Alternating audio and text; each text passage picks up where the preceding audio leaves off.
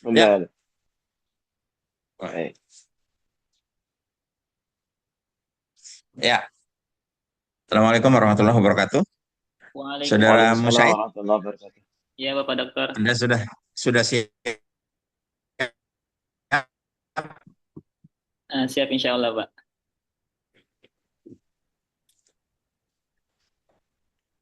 Kedengaran suara saya? Iya, kedengaran, Pak. Oke, saya berikan kesempatan Anda cuma 3 menit ya, supaya terbagi-bagi ini waktunya. Dan kita sudah baca Anda punya tesis. Saya bersama Dr. Afif untuk coba mereview Anda punya tesis hari ini. Mudah-mudahan ya selamat Anda sudah masuk di ruang ini ya, Anda bisa menyampaikannya. Silakan untuk Baik, mempresentasikan. Kita baca Bismillah dulu. Bismillahirrahmanirrahim. baik. Izin Bapak Dokter bagi screen dulu. Ya, silakan.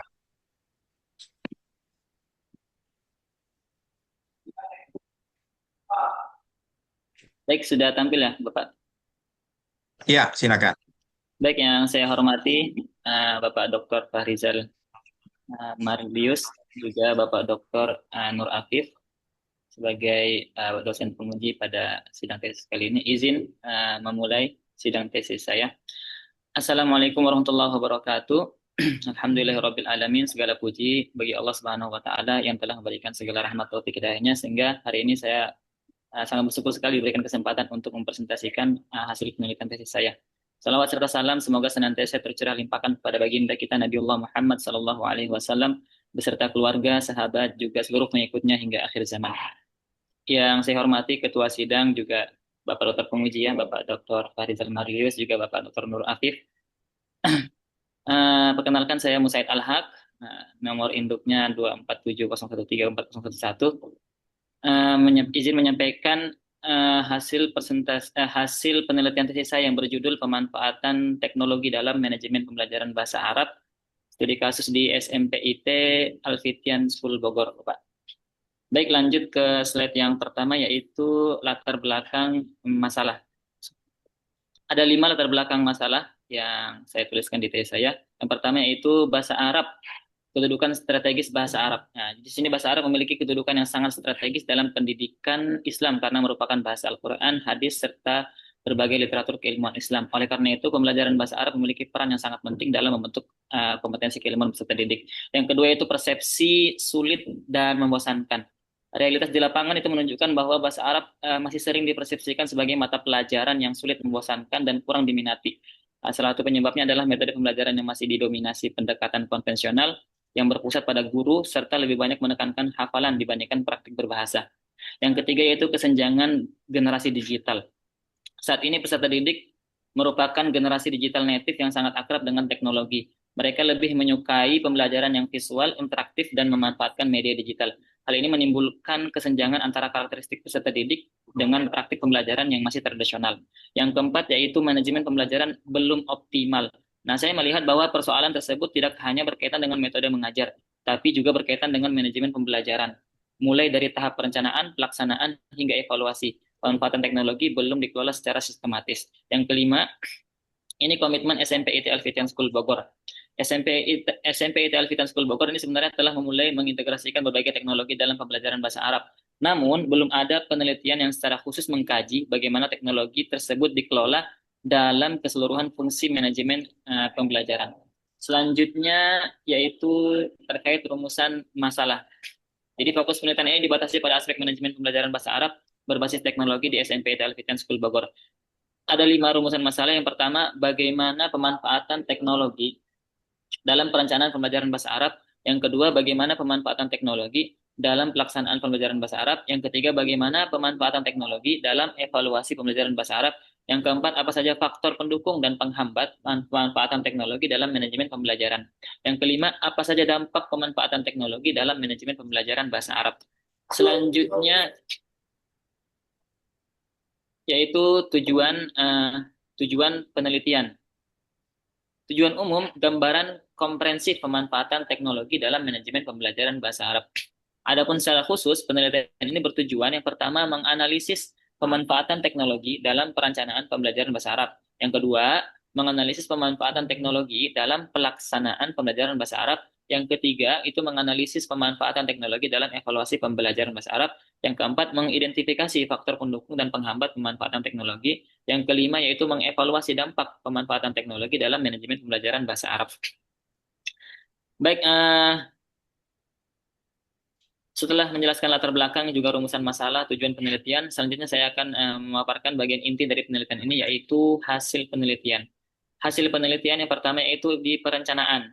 Pemanfaatan teknologi pada tahap perencanaan pembelajaran ini telah berjalan dengan baik. Guru tidak lagi hanya menggunakan teknologi ketika mengajar, tapi telah memanfaatkan sejak penyusunan perangkat pembelajaran, pengembangan media, penyimpanan dokumen, hingga pengelolaan sumber belajar secara digital. Yang kedua, di tahap pelaksanaan. Pada tahap pelaksanaan pembelajaran, teknologi dimanfaatkan secara bervariasi melalui media presentasi, audio, video, platform pembelajaran, dan kuis interaktif. Namun yang paling penting, seluruh penggunaan teknologi tetap berada dalam kontrol guru, sehingga proses pembelajaran berjalan lebih fokus, terarah, dan sesuai dengan karakteristiknya sekolah. Yang ketiga yaitu di tahap evaluasi. Pada tahap evaluasi, teknologi meningkatkan efisiensi, objektivitas, dan kecepatan pemberian umpan balik kepada peserta didik. Evaluasi tidak hanya berfungsi sebagai alat pengukur hasil belajar, tapi juga menjadi dasar pengambilan keputusan pembelajaran melalui remedial dan pengayaan. Yang keempat yaitu faktor pendukung dan penghambat. Keberhasilan implementasi teknologi dipengaruhi oleh dukungan kebijakan sekolah, kompetensi guru, ketersediaan sarana prasarana, karakteristik peserta didik, serta budaya sekolah yang mendukung inovasi. Sebaliknya, tantangan utama meliputi keterbatasan jaringan internet, kesiapan SDM, dan waktu pengembangan media. Yang kelima yaitu dampak dan pola utamanya. Secara keseluruhan, pemanfaatan teknologi memberikan dampak positif terhadap kualitas manajemen pelajaran bahasa Arab, baik dari sisi efektivitas pembelajaran, motivasi peserta didik, maupun profesionalisme guru. Ini semua mengerucut pada pola integratif Islami. Dari seluruh temuan tersebut, saya menyimpulkan bahwa teknologi bukan faktor utama yang menentukan keberhasilan pembelajaran. Yang menentukan adalah bagaimana teknologi tersebut dikelola secara tepat melalui fungsi-fungsi manajemen pembelajaran dan berlandaskan nilai-nilai Islami. Selanjutnya yaitu rekomendasi. Ada 3. Yang pertama, rekomendasi bagi sekolah, itu stabilitas infrastruktur jaringan internet. Yang kedua, program pelatihan digital guru terjadwal dan sistematis. Yang ketiga, formalisasi pola integratif Islami sebagai kebijakan resmi. Adapun bagi guru bahasa Arab, rancang media berdasarkan maharah, audio itu istimewa, video untuk kalam, visual mufradat. Yang kedua, aktif berbagi praktik baik antar guru. Yang ketiga, kembangkan kompetensi digital secara kolaboratif. Untuk bagi peneliti selanjutnya, uji pola integratif Islami dengan pendekatan kuantitatif atau mixed method. Yang kedua, kaji dampak gamification terhadap hasil belajar terukur. Yang ketiga, kembangkan model pengembangan kompetensi. Sebagai penutup presentasi ini, izinkan saya menyampaikan bahwa penelitian ini berangkat dari sebuah keyakinan bahwa pengembangan teknologi merupakan sebuah keniscayaan yang tidak dapat dihindari dalam dunia pendidikan. Namun demikian, teknologi bukanlah tujuan akhir pendidikan. Dalam perspektif manajemen pendidikan Islam, teknologi harus ditempatkan sebagai wasilah, yaitu sarana untuk membantu tercapainya tujuan pendidikan, bukan menggantikan peran guru atau menggeser nilai-nilai keislaman. Saya berharap hasil penelitian ini dapat memberikan manfaat bagi pengembangan ilmu manajemen pendidikan Islam maupun bagi praktik pengelolaan pembelajaran bahasa Arab di sekolah-sekolah Islam. Demikian presentasi yang saya sampaikan. Saya ucapkan terima kasih atas perhatian Bapak Dokter. Mohon maaf apabila terdapat kekurangan dalam penyampaian saya. Wassalamualaikum warahmatullahi wabarakatuh. Ya, Assalamualaikum warahmatullahi wabarakatuh. Waalaikumsalam warahmatullahi wabarakatuh. Ya, saya persilahkan Dr. Afif. Baik, terima kasih Ustadz Dr. Farizal Mardios MM. Ustadz Musaid Al-Haq, Anda menulis tesis tentang pemanfaatan teknologi dalam manajemen pembelajaran bahasa Arab. Baik, ini kan berarti teknologi dalam pendidikan ya? Iya, Ustaz. Sebetulnya apa sih teknologi dalam manajemen itu yang Anda maksud apa? Teknologi yang saya maksud di tesis saya ini, bagaimana teknologi itu dimanfaatkan mulai dari tahap perencanaan hingga evaluasi, Ustaz.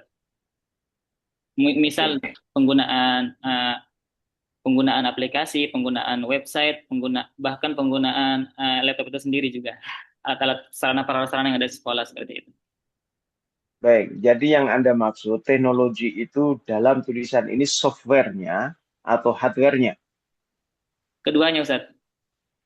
Oke, Cuman maka untuk itu yang tadi saya tanyakan. Apa yang Anda mau dari teknologi dalam manajemen itu? Apakah hardware atau software? Berarti sudah terkonfirmasi ya, dua-duanya ya, hardware dan software. Baik, dalam konteks pendidikan, terutama di SMP IT Al-Fityan School Bogor, teknologi itu siapa yang harus menyediakan? Sekolahnya kah? Gurunya membawa sendiri-sendiri? Atau kolaborasi antara sekolah dan guru? kolaborasi, Ustaz, antara sekolah dan guru. Berat dong. Gurunya dapat gajinya berapa itu? Kalau gajinya sebulan bisa 45 juta dalam Eh, satu semester, nggak apa-apa. mungkin Tapi kalau 40, dari guru mungkin lebih ke laptopnya saja, Ustaz, laptop dan media ajar, media pembelajaran. Adapun kayak baik, sarana prasarana baik, itu sebetulnya adalah pertanyaan stretching ya. Saya kira kita sekarang sudah aware bahwa teknologi itu tidak mungkin juga dibebankan kepada sekolah dan lembaga, ya, tetapi seorang guru, sebagaimana seorang petani, ya dia juga mesti punya cangkul, sabit gitu. Bahwa lahan itu belum tentu karena petani tidak semuanya punya lahan. Mungkin dia benar-benar. bisa sewa, mungkin dia bisa jadi buruh tani, gitu ya. Baik, sekarang pertanyaan esensi saya adalah teknologi itu didesain, diciptakan untuk membuat sebuah pembelajaran itu lebih aplikatif, lebih efektif, dan lebih akuntabel. Ya, jadi aplikatif itu maknanya bisa dipakai lebih bagus, akuntabel berarti bisa dihitung, bagaimana capaiannya, apakah sesuai dengan program yang direncanakan, dengan kurikulum yang sudah dihadirkan atau tidak. Bagaimana Anda memastikan bahwa teknologi itu bisa menjangkau tujuan pendidikan, terutama bahasa Arab secara baik dan benar? Bagaimana Anda menjelaskan itu? Eh, Sejauh yang sehemat yang saya lihat, eh, hasil observasi ke guru bahasa Arab khususnya, untuk penggunaan teknologi ini eh, yang pertama lebih memudahkan guru ya dalam mengevaluasi nilai sejauh mana murid-murid ini capaian dalam memahami bahasa Arab itu sendiri gitu ya.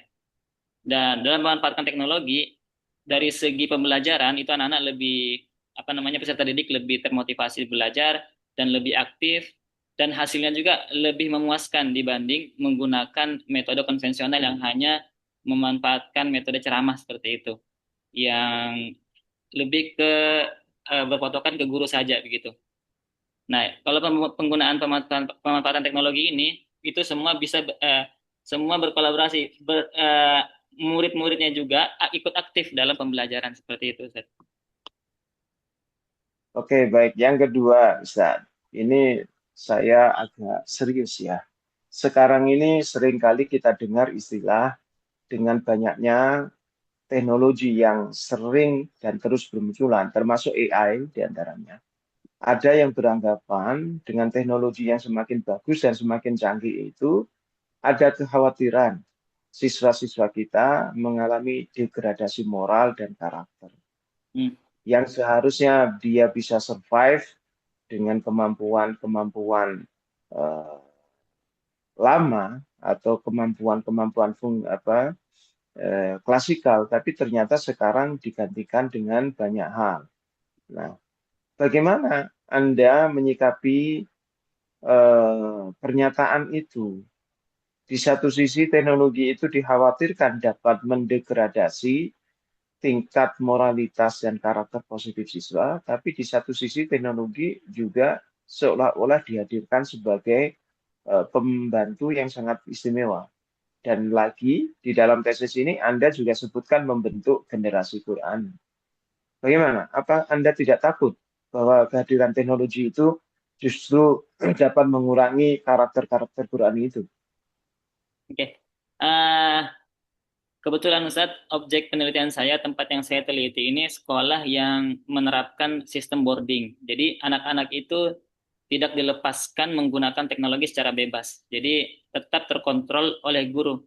Dalam pemanfaatan teknologi pembelajarannya juga, itu anak-anak tetap dikontrol, tidak dilepas begitu saja, misal penggunaan HP dan lain-lain. Jadi anak-anak itu memanfaatkan teknologi tetap di bawah kontrol guru. Misal pemanfaatan kertas dan lain-lain dalam bentuk barcode gitu, quizzes itu bisa digunakan. Adapun game-game yang ditampilkan di layar seperti itu, Ustaz. Jadi anak-anak nggak ke distract dalam penggunaan teknologi ini. Misal penggunaan HP di tiap orang nggak seperti itu, Ustaz. Jadi insya Allah khas keislaman atau nilai-nilai keislaman untuk anak-anak itu tetap terjaga, Ustaz, dengan sistem Oke. yang ada di sekolah.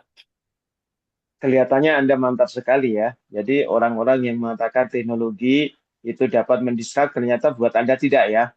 Ya, nanti nggak apa-apa. Saya hanya ingin mengikuti nalar yang Anda sampaikan. Jadi nanti kalau ada yang mengatakan itu, Anda harus mengcounter itu, bagaimanapun judulnya. Baik, berikutnya saya kira ini yang terakhir, karena ini penelitiannya sangat sederhana sekali ya. Jadi mudah-mudahan Pak Dr. Farizal Marlius ini bermurah hati. Ya. Baik, Anda menjelaskan bolak-balik ada triangulasi data. Saya kira bermula dari, oke, saya ingin memulai lagi. Triangulasi data yang Anda gunakan dalam penelitian ini dimulai dari apa? Atau dimulai dari mana?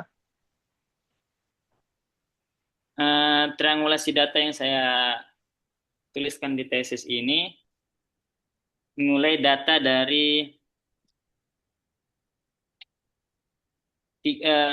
tiga data yang saya kumpulkan dan sesuaikan dan saya simpulkan di tiap-tiap akhir penjelasan.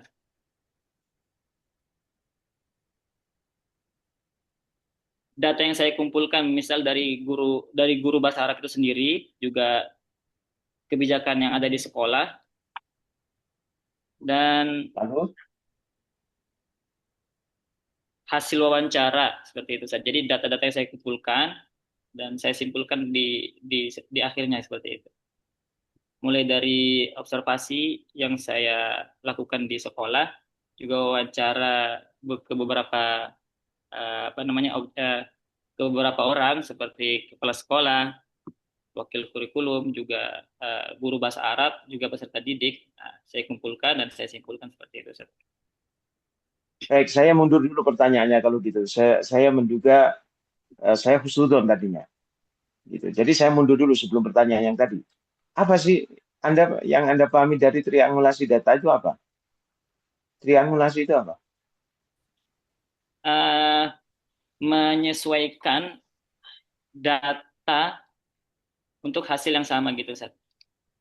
Jadi Anda menyatakan itu literaturnya apa? Masa begitu triangulasi data itu? apa Ustaz, suaranya putus-putus. Oke, Anda mengatakan seperti itu. Landasan teorinya apa? Masa seperti itu triangulasi?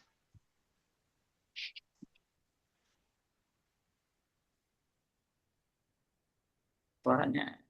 Coba mohon diulang Ustaz, suaranya putus. Oke, triangulasi data itu apa? Triangulasi itu apa? Oke, triangulasi eh, teknik Ustaz untuk keabsahan data gitu. Oke, Anda menjawab seperti itu, membaca literatur siapa itu? Apa betul begitu triangulasi?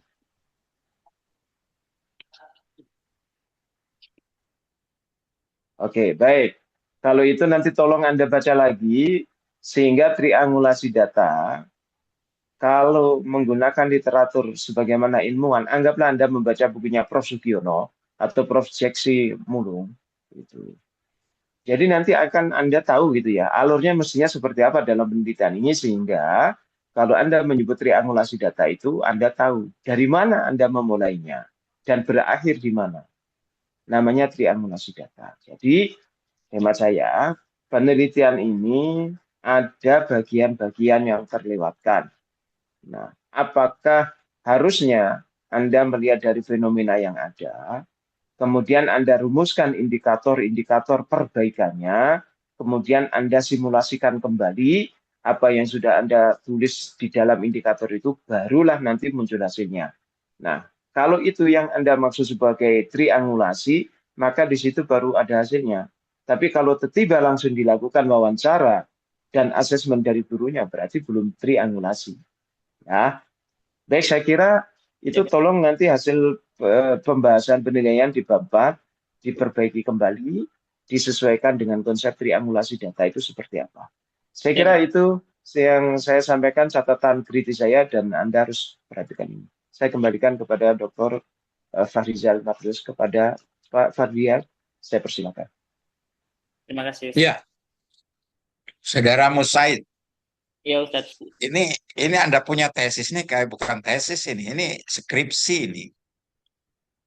Ya, saya anggap skripsi ini karena variabelnya cuma satu ya. Yang Anda teliti siapa ini di sini? Eh, Manajemennya, Ustaz. Ah, manajemennya. Yang Anda teliti itu siapa? Apanya nih Anda Oh, teliti? yang saya teliti eh, guru bahasa Arab, Terus? peserta Nah, didik. saya selalu nyampaikan kalau di kelas itu ya, manajemen itu ya sama seperti ini saya gambarin ya. Kalau Anda punya sawah, ya, kira-kira Anda bikin apa itu nanti? Sawah ini sawah basah, Anda bikin tanam padi, terus Anda punya traktor, ini teknologinya.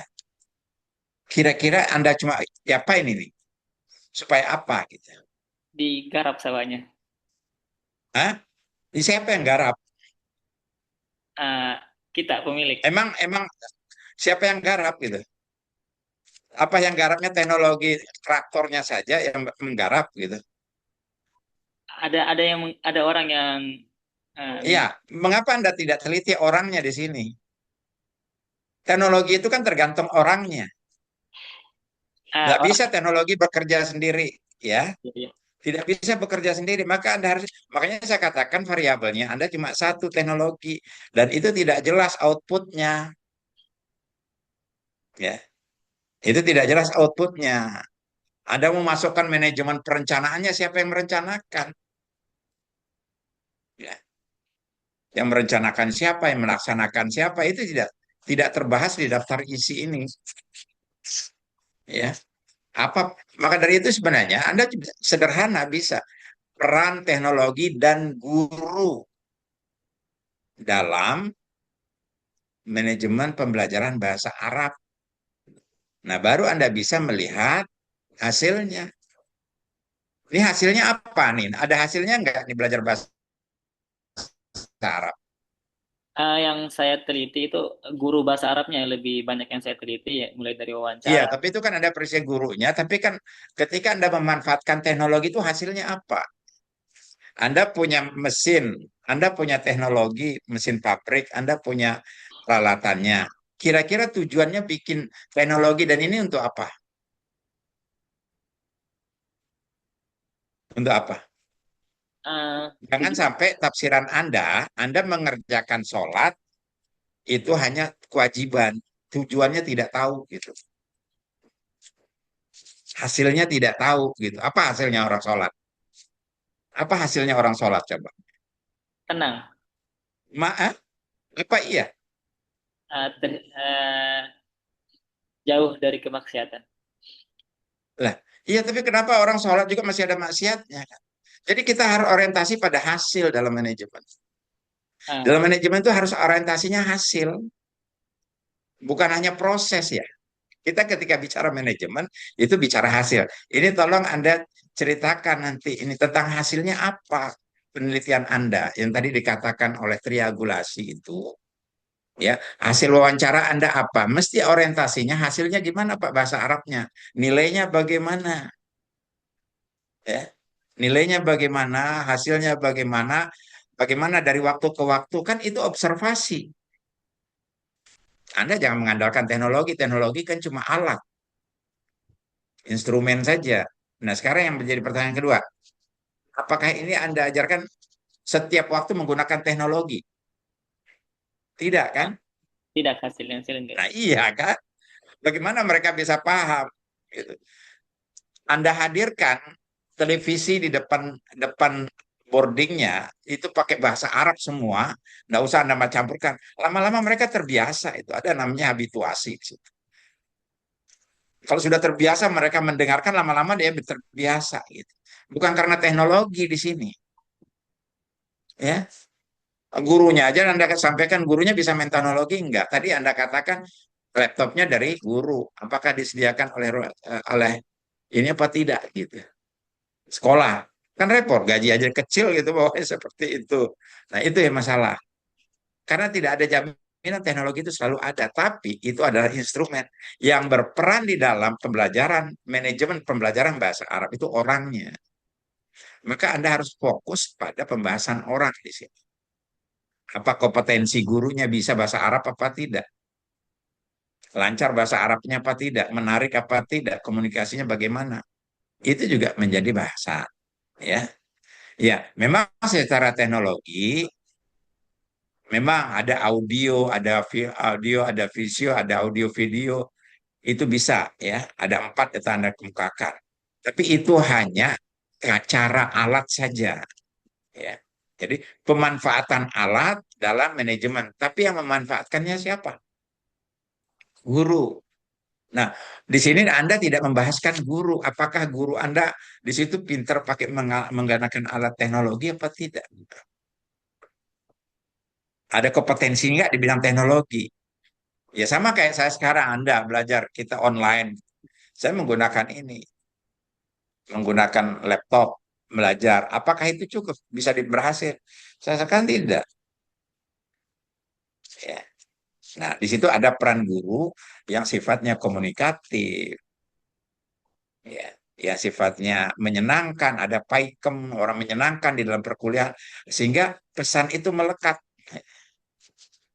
Kalau hanya mengejar pembelajaran saja, mengejar kurikulum saja, ya itu hasilnya mana? Hasilnya mana? Ini sudah diajarkan 1 semester bahasa Arab, hasilnya apa? Nah, lama-lama nanti dia yang digugat. Nah, inilah kita berbicara manajemen. Juga bukan persoalan perencanaan. Anda simpulin perencanaannya, ya. Perencanaannya apa?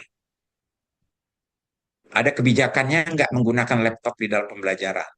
Berapa jam sehari menggunakan di ruang laboratorium? Berapa lama dia belajar ini? Ada nggak ketentuan dari sekolah? Itu yang diteliti gitu. Yang didapatkan di dalam konsep teknologinya yang dilakukan di sekolah itu. Apakah penerapan teknologi itu untuk seluruh pelajaran apa tidak? Apa hanya berasalnya kebijakan dari guru bahasa Arab saja? Manajemen kebijakan sekolah itu harus diketahui oleh wali murid, ya kan? Jangan hanya kita bermain di sekolah, kita punya kebijakan begini, wali murid tidak tahu. Apalagi Anda mengajar di SMP IT. Ya, itu saya bilang, disitulah manajemen sekolah itu penting. Eh, relation antara masyarakat dengan sekolah itu diperlukan adanya keterbukaan, transparansi. Nah, disitulah daya tariknya konsumen mau belajar di situ. Tapi kalau dia ini kayak besok protes, janji-janji aja pakai teknologi, nyatanya enggak. Apakah seluruh siswa punya alat itu? Punya alat itu enggak semuanya? Untuk anak-anak, penggunaan HP khususnya itu tidak bebas seperti umumnya, Pak. Ada aturannya. Ya, ya, itu kan terbatas lagi kan? Ya. Ada terbatas lagi, gitu. Nah, oleh karena itu adalah salah satu alat. Nah, tapi yang penting di sini adalah yang kita bahas gurunya. Kalau Anda meneliti gurunya, tolong sampaikan gurunya. Terus ketika kita tanya, gimana hasilnya, Pak? Ada nggak? Hasil pembelajarannya apa? Untuk guru bahasa Arab sudah Iya, iya. Apa hasil pembelajaran? hasil pembelajaran ke peserta didik. Bahasa Arabnya. Ya, untuk 1 semester itu uh, untuk evaluasi target capaian pembelajaran tercapai, Pak. Yang untuk per Ya semesternya. kan menurut Anda tercapai pembuktiannya nggak ada. Observasi Anda nggak ada. Itu triangulasinya nggak ada. Ya. Kan itu ada namanya hasil itu. Itu yang menjadi target di dalam manajemen itu hasil. Kalau saya bilang saya produksi makanan ini 1 ton, terjual hasilnya sekian ton, hasilnya oh itu menjadi rewardnya bagus. Tapi cuma produksi hasil, tapi tidak disukai, tidak habis, tidak dibeli oleh masyarakat, kira-kira rugi nggak kita? Teknologi apapun Anda pakai, tapi kalau tidak dibeli, tidak berhasil. Nah, sebenarnya manajemen begitu, ya. Nah, itu kembali kepada pemimpin. Satu, ya, tolong dimasukkan di dalam hal ini, siapa yang Anda teliti, guru, Anda tambahkan. Bagaimana hasil belajarnya, tolong disebutin, ya.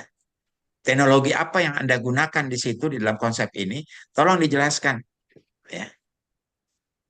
Bukan di teorinya. Berdasarkan penelitian kami, eh, teknologi yang dipakai begini, begini, begini, gitu lah. Ya. Terus apa? Mana yang lebih efektif, efisien di dalam penggunaan itu dalam pembelajaran apa? Bagaimana efektivitasnya? Itu hasilnya, ya. Oke, itulah ya. Tolong dirapin itu rekomendasi saya untuk diperbaikin. Anda punya materi, jangan harus ada variabel yang berbeda, variabel yang mendukung tentang teknologi itu yang Anda harus bahas. Karena itu tidak terlepas daripada peran guru, eh, kompetensinya apa, siapa saja gurunya yang mengajarkan, itu juga di dalam penelitian harus disebutin. Ya, tolong disempurnakan ya. Anda punya ini. Oke, Bapak. Ya, oke. Terima kasih. Cukup itu aja dulu.